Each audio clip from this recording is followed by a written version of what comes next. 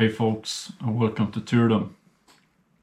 So lately I've been thinking about a certain character in the Eddas, and that character is Loki, or Loke as we call him here in Scandinavia.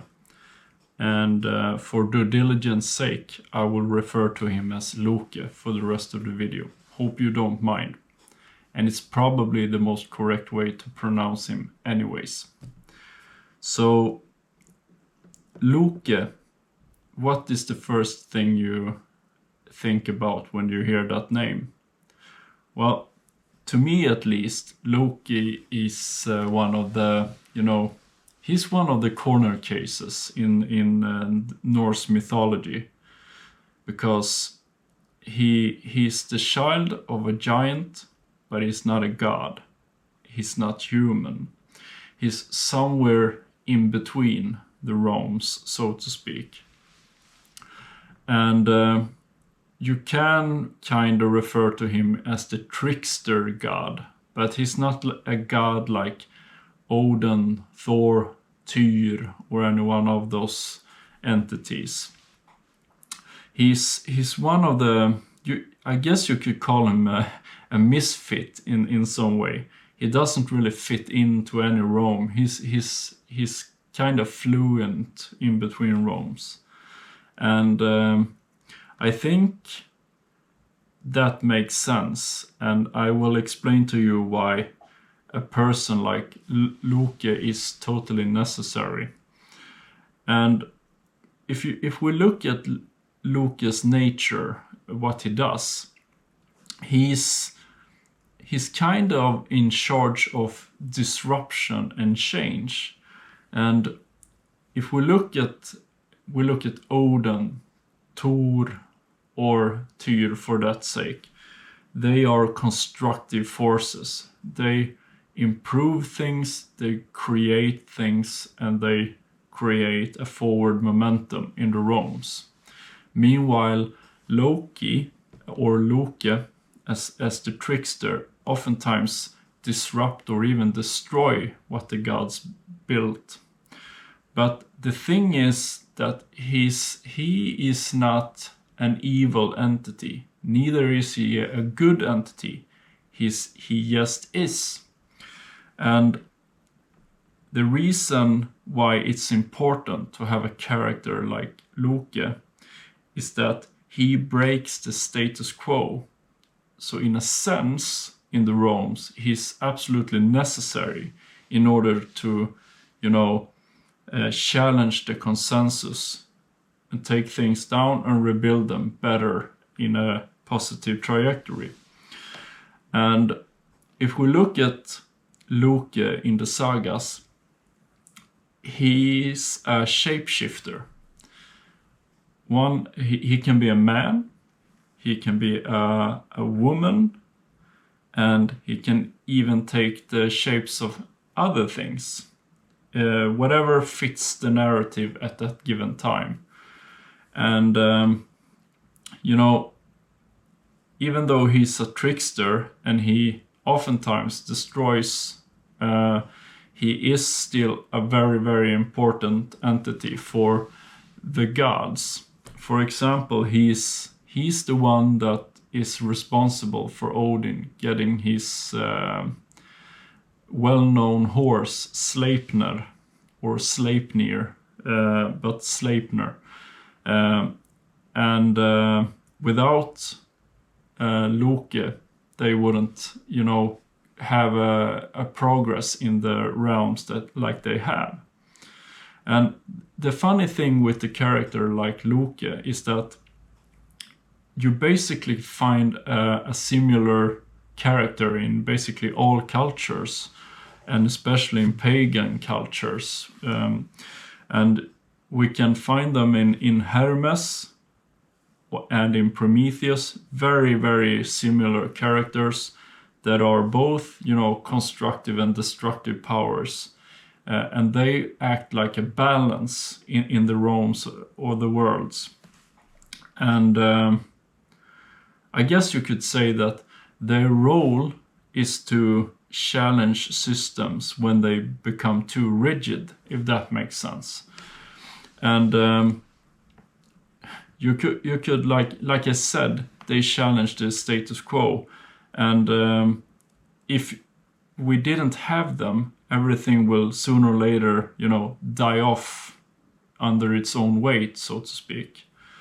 In a sense, Loki was the one that exposed the hypocrisy that was, in the everyday lives of peoples. And he was a truth sayer, even though the truth wasn't wanted at that particular moment. And I think there's utility for that, and I think that we kind of forget the role of the trickster. And if we use this story arc on today's life, I would say that we need that type of energy more than ever, actually. And I can, name drop 5 institutions at this moment that are starting to get so vulgarly big and are about to implode under their own weight. And we have some, real life tricksters today, if you think about it.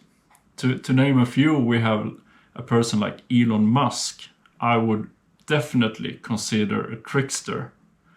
If we look at the UK, Boris Johnson had the role, like him or hate him, just like the trickster, he had a role to disrupt the system. And if we look at more, positive force, don't shoot me for this one, but Edward Snowden, he was a trickster in the sense that he exposed the truth when the truth was hidden by institutions. And oftentimes the modern trickster is a whistleblower in some kind. And sometimes they're a comedian. We all know comedians that are showing, the truth when no one else dares to speak them. We have examples. For example, I could say that, just blanked out. But there are a lot of comedians. Bill Burr, for example, Bill Burr is a good example, even though he lost his edge the last couple of years, I would say. But comedians are the modern day, clowns or tricksters in a sense, and they kind of tell the truth in between lines, even though the system isn't ready for it. And I think that I try to, connect the old ways with modern life.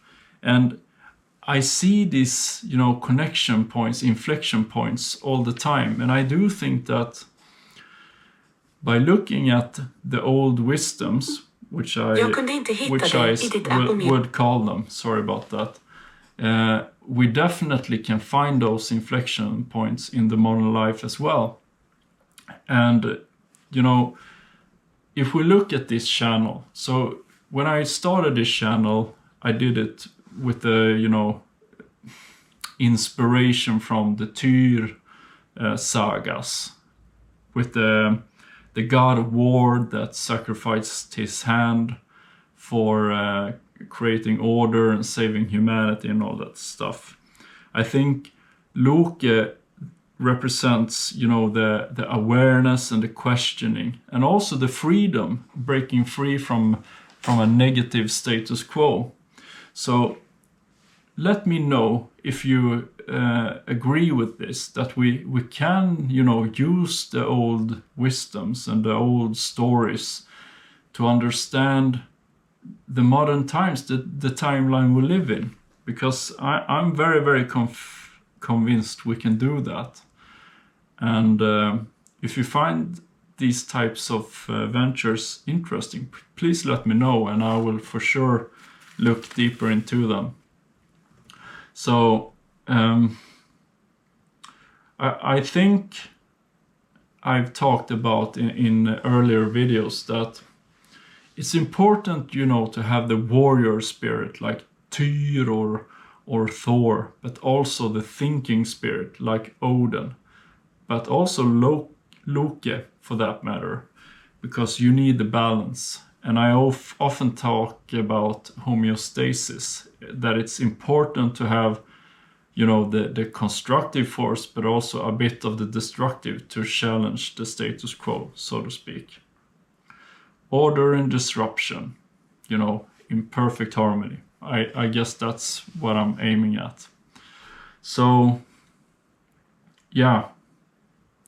I'm sure that most of you have met several Lokis or Lokis throughout your life, and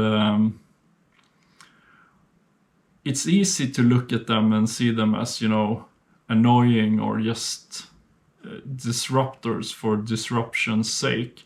But I do think they have a role to play in the, you know, cosmic balance or the balance of the realm, so to say. And the world only moves forwards when someone dares to break the patterns. I guess that's a good end to this video. So hope you enjoyed my little venture, and I will, if you appreciate it, I will definitely revisit it. And I just want to take the opportunity to say hello and welcome to Tyrdom for all my new subscribers as well.